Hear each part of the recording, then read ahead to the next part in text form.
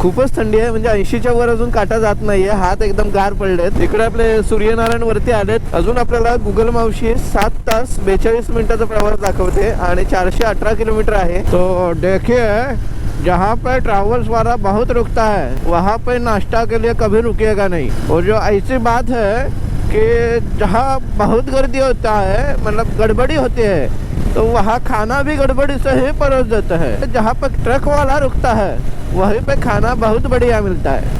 का समझे? कालपासून असंच काहीतरी ऐकतोय मी. 3 ते 4 वाजेपर्यंत अयोध्येला पोहोचेल. लांब पर्यंत जिकडे नजर जाईल ना तिकडे शेती आहे बघा मित्रांनो. या बाजूने पलीकडे एक मोठा महामार्ग जातो, बुंदेलखंड एक्सप्रेसवे आहे. खूप भारी रस्ता आहे. इथून आग्रावरनं आपल्याला जाता येतं. इकडे तुम्हाला आहे ना छोट्या छोट्या टपऱ्या खूप बघायला भेटतील आहे बघा. लखनौ किती आहे? 210 किलोमीटर आणि कानपूर 122 किलोमीटर. पनीर पराठा मागवलाय, बघूया पराठा कसा आहे. भूक तर भरपूर लागले, जबरदस्त भूक लागली. अजून 337 किलोमीटर आपल्याला जायचं आहे.